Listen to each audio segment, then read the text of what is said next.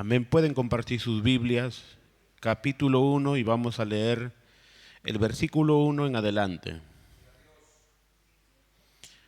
Y lo vamos a leer en el nombre del Padre, del Hijo y la comunión de su Santo Espíritu. Dice la palabra. Palabras de Nehemías, hijo de Acalías. Aconteció en el mes de Quisle, en el año 20, estando yo en Susa, capital del reino, que vino Ananí, uno de mis hermanos, con algunos varones de Judá. Y les pregunté por los judíos que habían escapado, que habían quedado en la cautividad, y por Jerusalén.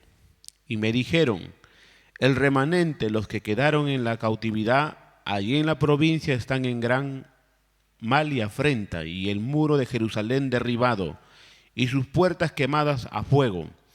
Cuando oí estas palabras me senté y lloré, e hice duelo por algunos días, y ayuné y lloré delante del Dios de los cielos, y dije, te ruego, oh Jehová, Dios de los cielos, fuerte, grande y temible, que guarda el pacto y la misericordia a los que le aman y guardan sus mandamientos. Esté ahora atento tu oído y abiertos tus ojos para oír la oración de tu siervo, que hago ahora delante de ti día y noche, porque los hijos de Israel, tus siervos, y confieso los pecados de los hijos de Israel que hemos cometido contra ti. Sí, yo y la casa de mi padre hemos pecado. En extremo nos hemos corrompido contra ti y nos hemos guardado los mandamientos, y no hemos guardado los mandamientos, estatutos y preceptos que diste a Moisés tu siervo. Acuérdate ahora de las palabras que diste a Moisés tu siervo, diciendo, si vosotros pecareis, yo os dispersaré por los pueblos, pero si volvereis a mí y guardareis mis mandamientos y los pusiereis por obra, aunque vuestra dispersión fuera hasta el extremo de los cielos, de allí os recogeré y os traeré al lugar que escogí para hacer habitar allí mi nombre. Damos gracias a Dios. Padre, te damos gracias. En esta tarde, Señor, te doy gloria y honra a tu nombre, alabanza y adoración. Padre mío, solamente tú tienes palabra de vida, y yo te ruego en el nombre de Jesús que tú hables primeramente, Señor, a mi corazón, ministrame a través de ella, también a tu pueblo, Señor, y a todos aquellos que nos están escuchando, y a donde llegue, Señor, este mensaje, sean, Señor, tocados y ministrados. Amén. Gracias te damos. Pueden tomar asiento, hermanos. Vamos en esta mañana a hablar bajo el tema, amén, Dios llama a cumplir una misión. Siempre esperamos un culto misionero, pero nosotros estamos en el movimiento misionero mundial, y siempre en nuestros cultos no puede faltar una enseñanza acerca del llamado, de la misión que el Señor nos ha encomendado. Donde hemos leído la palabra, pues Dios le está haciendo un llamamiento a Nehemías. Nehemías desconocía lo que estaba pasando en el pueblo de Israel, y sus hermanos que llegaron, ahí dice, ¿no? Ananí, uno de mis hermanos, y otros varones de Judá, amén. Nehemías le pregunta, amén, acerca del pueblo, acerca de Jerusalén, y ellos dijeron claramente que el pueblo estaba en un gran mal, estaban en afrenta, y que el muro de Jerusalén había sido derribado, amén, y las puertas quemadas a fuego. Los muros cumplen un papel importante. Yo sé que todos en España hemos visto las fortalezas, los castillos, y cumplen un papel importante. Esa es su protección, su cobertura, para que el enemigo no tenga un libre acceso a la ciudad. Yo no sé si usted ha ido a Ávila. En Ávila hay una tremenda fortaleza, grande, unos muros gigantes que difícilmente trepar por ahí. Y en cada ciertos metros hay un torreón, y en ese torreón, pues antiguamente, ahí estaba el atalaya. Ahí el atalaya estaba observando si se acercaba algún enemigo o si veía cualquier cosa extraña. Y dentro había una ciudad donde tenían de todo. Era como prácticamente una ciudad completa, donde tenían todas las necesidades, todos los recursos, tanto en alimento, en ropa y otros bienes. Pero cuando el enemigo atacaba, lo primero que el enemigo era secar el agua. Secaba el río. Después, una vez que les quitaba el agua el enemigo, lo que era no permitía que los alimentos entren a la ciudad, porque el alimento venía del pueblo, de afuera, y lo traían hacia adentro del pueblo. Y así ellos procuraban de derrotar a los que estaban ahí, a sus enemigos, ¿no? Los de afuera lograban de derrotar los que estaban dentro de aquella fortaleza. Y sabemos que el agua es la palabra, el agua es el espíritu. Y luego la fortaleza o los muros tienen que ver con todo lo que lleva a la oración. La oración, el ayuno, la vigilia, eso representa a los muros. Pero ahora dice que el pueblo estaba en gran afrenta. El pueblo se encontraba en una situación, amén, ahí dice afrenta, y estaban en aflicción, estaban cautivos. Estaban dentro de la ciudad, pero cautivos. Estaban en su misma tierra, pero estaban en afrenta. Afrenta es vergüenza. La afrenta significa deshonra, menosprecio, burla. Amén. Es como lo que decimos, ¿no? Cuando uno es cristiano, se aparta, luego la gente, somos el hazmerreír de la gente. Y este no era cristiano, y este no era evangélico. Mira ahora cómo está en el alcohol, está en la droga. Mira, ahora decía que Cristo salva, pero está más perdido que yo. Eso es afrenta, eso es burla, escarnio. Entonces, eso es lo que pasaba con el pueblo de Israel. Eso estaba pasando con ellos. Como Israel era más conocido entre los reinos y naciones por el pueblo que tenía al Dios poderoso, tenía al Dios que hacía maravillas, grandezas, porque siempre Israel tenía la victoria, porque Dios peleaba por ellos. No es que ellos eran buenos peleadores. Y aunque Israel tuvieran buenos luchadores, con todo eso, sabemos que los pueblos enemigos, como los filisteos, eran hombres guerreros, eran buenos luchadores, tenían buenas armas, pero sin embargo no podían vencer a Israel, que no contaba con los recursos. Porque era Dios quien les hacía temblar, era Dios quien llevaba confusión al enemigo. Amén. Era Dios que hacía que ellos se confundan y entre ellos se mataban. Entre ellos Dios lanzaba el trueno, lanzaba su voz y había, hermano, una confusión. Y tenemos en la historia todas esas victorias que Dios le dio al pueblo de Israel.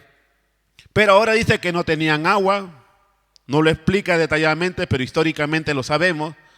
No había agua, no había palabra, ya el espíritu no se movía y había una carencia del recurso más importante para la vida del ser humano. Sin agua nos morimos. Amén. Y si el agua está contaminada, también nos morimos, nos enfermamos. Y el agua es la palabra, y la palabra no se puede contaminar. La palabra no lo podemos mezclar. La palabra no le podemos quitar la esencia.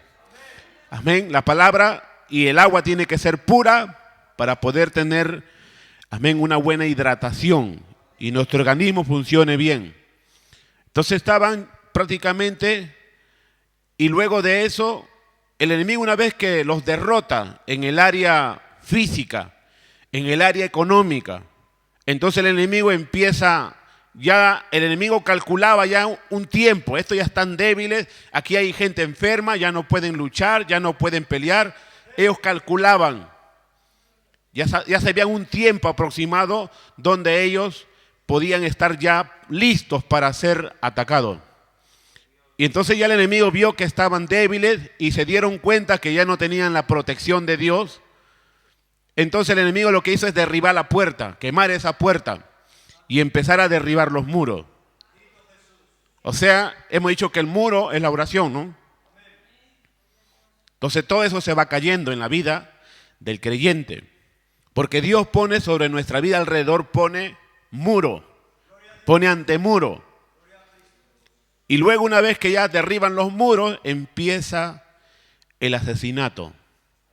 Mataban ahí a niños, jóvenes, adultos, todo lo que encontraban. Y empieza a haber ruina. Esa es la situación que encontró Nehemías cuando fue a Jerusalén. Pero ¿qué hizo Nehemías? Se quedó con los brazos cruzados. No, él dijo, yo tengo que hacer algo.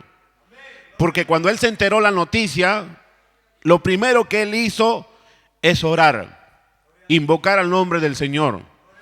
Se metió en ayuno, en oración. Reconoció primeramente que el pueblo había fallado. Pero también lo más hermoso es de esta historia que Nehemías se incluye. Se hace parte del pueblo que había pecado, aunque Nehemías no había pecado. Dice que sus padres habían pecado. Él no había pecado. Él era temeroso, se guardaba para el Señor. Pero él se incluyó en ese dolor, se incluyó en esa necesidad y también dijo, yo, amén, y mis padres hemos pecado. Yo y tu pueblo hemos pecado, porque nos hemos corrompido en gran manera. Mira, Nehemías, siendo un hombre justo. Y este es el reflejo, este es algo que tenemos que imitar nosotros. Amén. Si alguien o dentro del pueblo hay una situación o hay una carencia, decadencia, tenemos que incluirnos. No tenemos que buscar culpables. Amén, porque si buscamos culpables nos vamos a meter en problemas. Porque todos nosotros somos el cuerpo de Cristo. Y si un cuerpo se duele o una parte del órgano se duele, todos nos dolemos. Si algo le pasa a su dedo, usted se preocupa por curarlo. Usted se preocupa por vendarlo, echarle ungüento. Así mismo somos nosotros como iglesia. A su nombre sea la gloria. Si le pasa algo al hermano, tengo yo que preocuparme. Señor, ¿no será que por mi culpa fulano tal tropezó? ¿No será que por mi culpa fulano tal decayó? Fulano tal se desalentó. ¿No será por mi culpa, Señor? Porque es tremendo, ¿no? Decir, no, es fulano tal. Claro, porque no ora, no hace nada, por eso está así. No, Señor, ¿no será por mi culpa? Y cuando entramos a la oración, cuando entramos al altar, decirle, Señor, perdónanos, perdona a mi hermano, perdona a tu pueblo, porque hemos pecado delante de ti. Ten misericordia. Esa oración llega a la presencia de Dios. Pero si nos ponemos en la condición del fariseo y publicano, ¿qué decía el fariseo? Señor, yo no soy como este publicano. Yo diezmo, yo ofrendo. Él hacía todo y estaba perfecto lo que estaba haciendo el fariseo. Pero el publicano, cuando se entró a la presencia de Dios, dice que no levantó su rostro, estaba hincado, estaba humillado y dijo, sé propicio de mí, pecador. O sea, sé propicio que soy un pecador, está diciendo el publicano. Y al finalizar las actitudes de ambos, uno observa la actitud del fariseo, del publicano. ¿Quién salió justificado? El publicano. ¿Por qué? Porque reconoció, se humilló. Pero el fariseo no. Su actitud fue contraria. Él estaba haciendo todo lo correcto, todo era perfecto. Lo que estaba haciendo el fariseo no había falta. No había pecado lo que hacía. El problema era la actitud que tenía el fariseo. Su actitud era de arrogancia, de soberbia. No había humildad, no había amor, había menosprecio hacia su prójimo. Eso es lo que hizo el fariseo. El fariseo era un personaje religioso, el publicano era alguien que trabajaba para el banco de los tributos, para Roma, pero también era parte del pueblo. Ambos eran del pueblo de Dios, pero vemos el resultado de ambos. Entonces el publicano agradó a Dios. Y asimismo la oración de Nehemías fue grato delante de la presencia del Señor. Entonces Dios nos llama a cumplir una misión. Y depende de nosotros responder este llamamiento o rechazar. Hay muchas misiones que cumplir, no solamente cuando hablamos de la misión estamos pensando irnos a otros países. Hay misiones, muchas misiones dentro de la iglesia. Hay una misión por educar, preparar, rescatar a nuestros jóvenes y adolescentes. Hay una misión de ir a evangelizar las calles. Hay una misión de prepararnos, proyectarnos para poder, hermano, seguir saliendo por el aire, por los medios de comunicación. Hay muchas misiones. Hay una misión de capacitar músicos. Hay una misión de capacitar y lo vamos a hacer para que Dios siga levantando y prepare predicadores. O sea, hay una misión inmensa. A su nombre sea la gloria. Entonces, aquellos creyentes que Dios utiliza para cumplir una misión específica son aquellos que disponen su corazón. Son aquellos que son sensibles en la presencia del Señor a la voz de Dios. Amén. Tiene que haber en nosotros para cumplir la misión sensibilidad. Tenemos que estar con el oído abierto, despierto. Tiene que haber un sometimiento a la voluntad de Dios. Eso es lo que cuesta a veces. A veces entre de hombre a hombre, de humano a humano, puede haber sometimiento. Pero el sometimiento delante de la presencia de Dios, en hacer su voluntad en todas las áreas. Someterse es ser un vaso frágil. Someterse, amén, es agradar a Dios, es honrar la obra de Dios. Porque la Biblia dice que somos vasos frágiles. Y vamos a la Escritura donde encontramos un texto bíblico en Corintios. Dice Corintios, 2 de Corintios 4:7, pero tenemos este tesoro en vaso de barro, para que la excelencia del poder sea de Dios y no de los hombres. ¿Cuál es el tesoro que Dios ha puesto en nosotros? Es su palabra. Es el tesoro más valioso porque la palabra de Dios dice que es más precioso que el oro refinado. Usted sabe, el oro refinado es algo que ha sido procesado y cuesta muchísimo dinero. Hay oro que han sido medio refinado. Hay oro de 18, de 24 y no sé de cuánto más existirá los tipos de oro. Pero mientras más el oro pasa por el fuego, más refinado será. Y así la palabra es más valiosa que el oro. Pero nosotros también somos comparados como el oro. El Señor nos pasa por el fuego, por la prueba, por las dificultades. ¿Con qué propósito? De hundirnos, de hacernos sufrir. No, Él lo hace con el propósito de perfeccionarnos. ¿Cuántos quieren ser perfectos? Y el Señor, es que yo ya no quiero ser así. Yo ya no quiero cometer los mismos errores. Deja que Dios te procese. Amén. Hay que dejarle que Dios nos vaya moldeando. Porque si no, no vamos a ser refinados. No vamos a ser perfeccionados. La perfección lo va haciendo el Señor a través de su palabra. Y mientras más dóciles seamos a la palabra, más rápido va a haber cambio en nuestra vida. Ya no depende de Dios, depende de nosotros. Porque Dios ya todo nos los va dando. Ya Dios está dispuesto a hacer, y Él lo ha dicho, que Él, toda obra que Él empieza, Él la termina.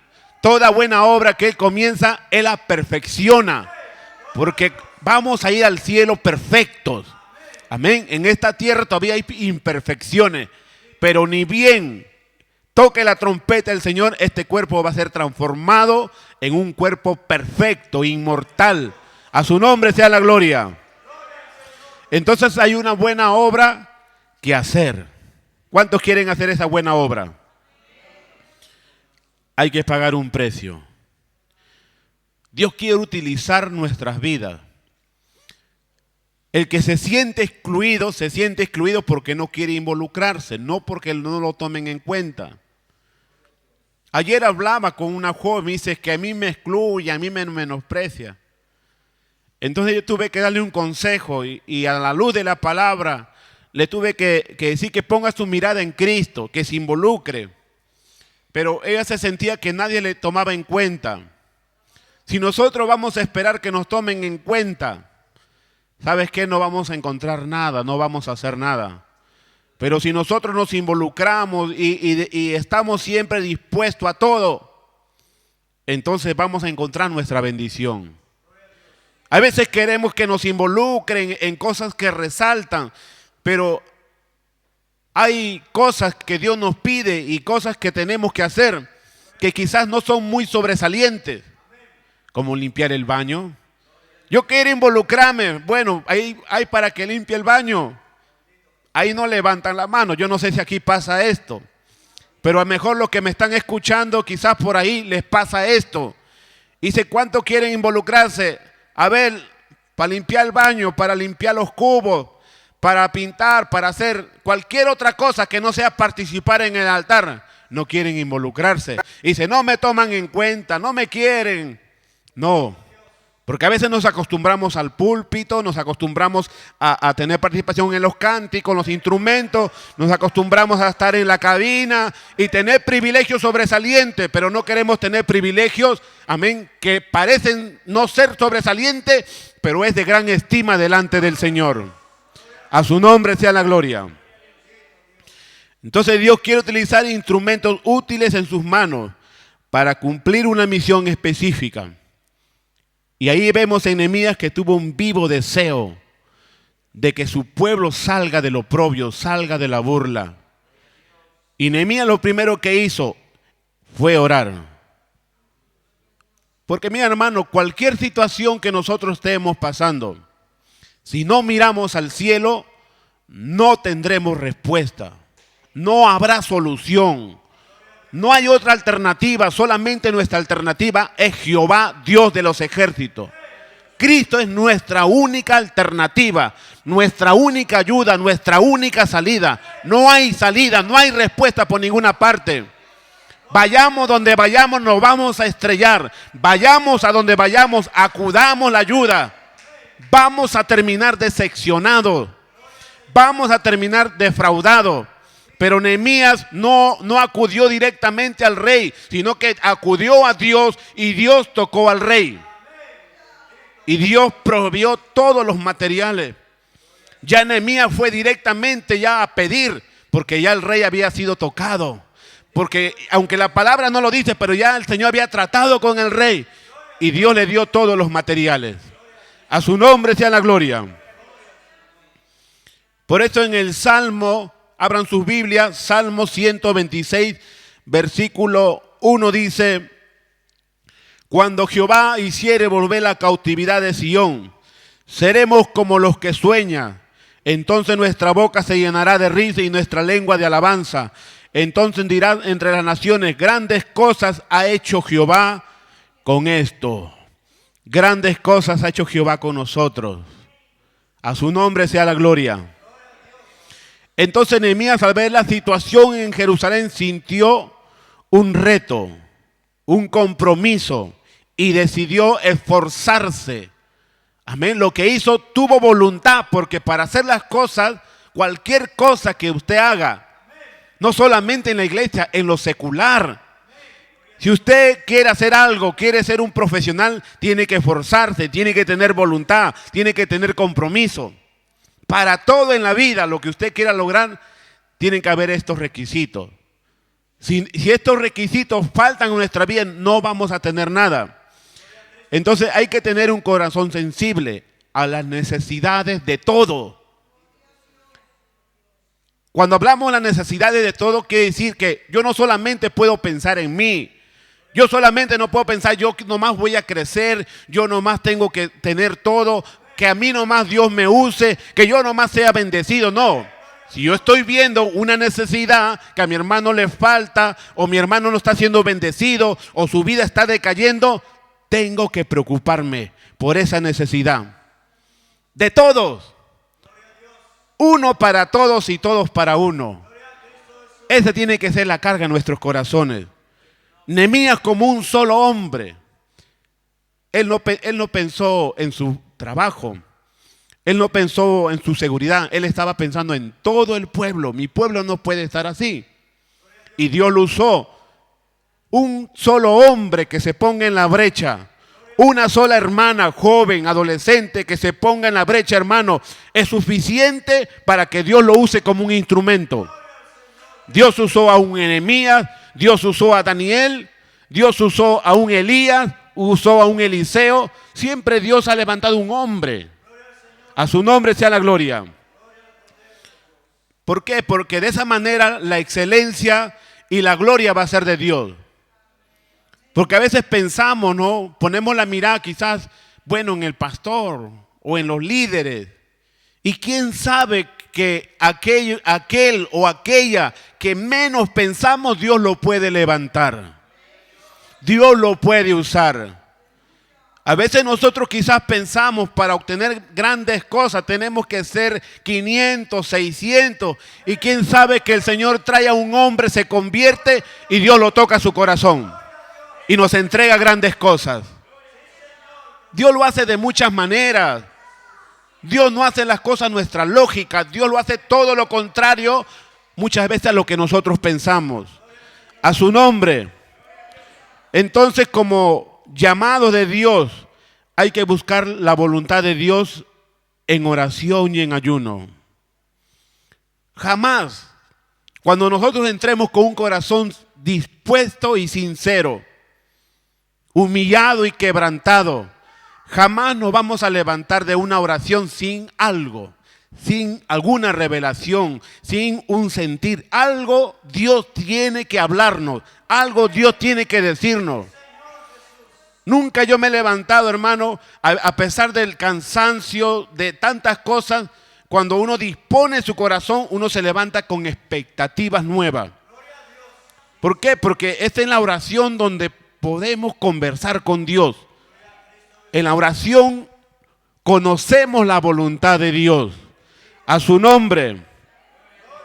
Entonces hay que cumplir o tenemos que cumplir una misión. Amén. Reconocer que Dios es nuestra guía y nuestra fortaleza. Dios, cuando le habla a Nehemías, la respuesta de Nehemías fue que reconoció los atributos de Dios. Él reconoció, dijo, el Dios de los cielos. Él dijo, el Dios fuerte, grande y temible. Dios que guarda el pacto, Dios que guarda la misericordia a los que aman y guardan sus mandamientos. Reconoció la soberanía, los atributos de Dios.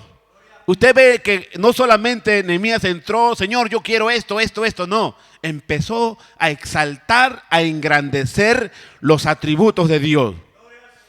Hay veces pedimos y pedimos, pero pedimos mal y no recibimos nada. Porque vamos directamente a pedir. Nehemías no fue directamente a pedir. Nehemías empezó, hermano, a exaltar el nombre del Señor. Una vez que empezó a exaltar el nombre del Señor, primeramente reconoció el pecado y luego empezó a exaltar el nombre del Señor. Y se cumple la palabra en Segunda de Crónicas, capítulo 7, donde dice, si se humillare mi pueblo y sobre el cual mi nombre es invocado y oraren y buscaren mi rostro y se convirtieren de sus malos caminos, entonces yo iré desde los cielos, perdonaré sus pecados y sanaré sus tierras. Yo estoy seguro que Nehemías conocía este texto bíblico. Nehemías conocía este texto bíblico. Y él se agarró de esta promesa. Nehemías descansaba en esta promesa. Nehemías sabía que Dios iba a cumplir lo que había prometido a Israel. Y necesitamos nosotros confiar plenamente en las promesas del Señor. Porque más adelante Nehemías recita. Amén. Recita la palabra. Encontramos que él recita Deuteronomio capítulo 30, versículo 1 en adelante. Él lo recita. Y cuando él recita esas palabras, el Señor dice, si pecan, si se olvidan de mis mandamientos, yo los voy a esparcir, yo los voy a entregar a las naciones. Pero también si ustedes se vuelven a mí, yo los voy a traer, yo los voy a recoger. Yo los voy a volver a bendecir. ¿Qué pide Dios de nosotros? Que nos humillemos, que si en algo estamos fallando, que le pidamos perdón, que reconozcamos que nos hemos descuidado, porque a veces, hermano, no es cuestión de culpar a la gente, es cuestión que a veces nos descuidamos. Y cuando nos descuidamos a veces cuesta. A mí, y yo sé que usted también lo ha pasado, a veces cuesta reconocer sus propios errores. Y eso es tremendo, reconocer nuestros propios errores cuesta, pero es más fácil culpar, es más fácil señalar, es más fácil poner excusa. Pero cuando Dios ve una actitud sincera, humilde, Señor, yo estoy así porque he pecado, yo estoy así porque ya no oro, ya no me congrego, así estoy, Señor, porque yo no quise obedecer tus mandamientos, así estoy porque yo vivía una vida relajada. Perdóname, ten misericordia, y Dios perdona. Dios levanta, Dios restaura, Dios vuelve, hermano, y hace que los ríos nuevamente corran agua. Dios nuevamente levanta las murallas, Dios pone las puertas, Dios prepara el corazón, porque la puerta representa el corazón, abrir el corazón. Y Dios empieza a multiplicar, a sobreabundar en todas las áreas, físicas, espirituales y económicas. Pero ya no está en mí, está en nosotros. No está en Dios, está en nosotros, está en la iglesia. Damos gracias al Señor, hermano. Meditemos un momento. ¿Cómo están nuestros muros?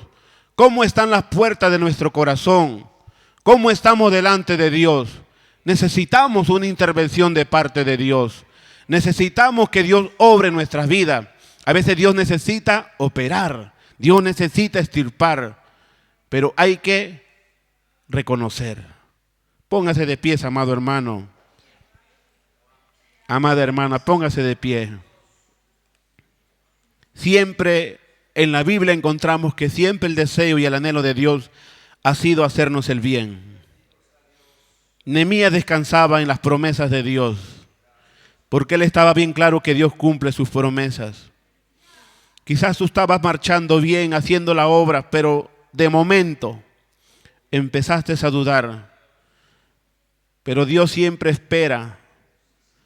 Dios siempre está ahí presente para ayudarnos. Nehemías declaró delante de la presencia de Dios que habían pecado. Se incluyó. Y es importante que nos incluyamos en el dolor, en la falta, a veces en la decadencia de otros. Y decirle, Señor, perdónanos. Ten misericordia. Ahí vemos a Nehemías confiando en Dios, que Dios le daría éxito. Y que Dios cumpliría todas sus promesas y que la misión que le había encomendado el Señor a Nehemías iban a tener victoria. Nehemías confió en Dios y Dios le respondió su oración. Nehemías confió en Dios y Dios lo honró. Dios dispuso el corazón del pueblo. Nehemías confió en Dios y Dios le abrió puertas. Pon tu confianza en Dios. Si tú has pecado en tu lugar o le estás fallando, a veces no pecamos gravemente, pero hay faltas pequeñas, cositas chiquitas, cositas insignificantes. En tu lugar pídele al Señor perdón. Padre, perdóname. Quizás en este día quizás le fallaste a Dios. Quizás tuviste un percance, una discusión en casa, con tus hijos, con tu familia, con el compañero, con el jefe. Quizás recibiste una llamada negativa y te enfadaste. Dile, Señor, aquí está mi vida, perdóname. Si tú sabes la condición de un hermano o hermana que está en decadencia espiritual, inclúyete, dile, Señor, perdónanos, ten misericordia. Levanta a mi hermano, restaura su vida. Padre mío, en el nombre de Jesús te lo ruego. Aquí estamos, Señor, para que tú levantes nuestros muros. Levanta nuestros muros. Dile al Señor que levante tus muros. Que ponga espíritu de oración, que te inquiete. Porque el Señor inquieta, hermano. Él inquieta para orar. Aún el Espíritu Santo nos puede levantar a las 4 o 5 de la mañana. Y el Espíritu Santo nos habla y nos dice, levántate, ponte a orar. Levántate, ponte a gemir. Esa es la obra del Espíritu Santo. Lo hemos experimentado, que el Espíritu Santo nos inquieta, que el Espíritu Santo nos redarguye cuando tenemos que hacer las cosas buenas y las que no estamos haciendo. Ahí dile al Señor, yo necesito de tu intervención. Yo necesito que tú me limpies, que tú me laves, que tú me perdones, Señor. Necesito, Padre mío, de tu ayuda. Mira, Señor, cómo están mis muros. Mira, Padre, cómo están los muros de mis hermanos. Señor, me incluye en este clamor, me incluye en esta oración, porque hemos pecado en gran manera contra ti, porque nos hemos alejado.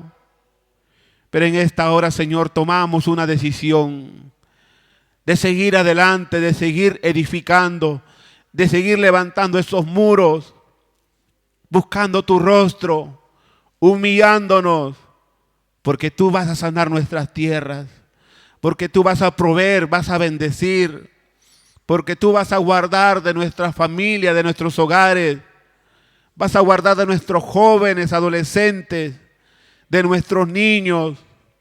Padre mío, aquí estamos. ¿Qué podemos decirte, Señor? Solamente gracias. Solamente podemos, Dios mío, Señor, adorar tu nombre, bendecir tu presencia, porque nada te podemos dar, porque tú lo tienes todo.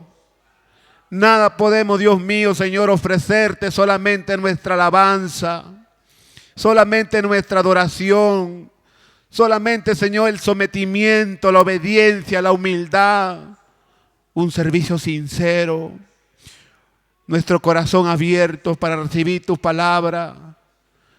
Padre mío, te doy gracias en el nombre de Jesús. Gracias, Señor.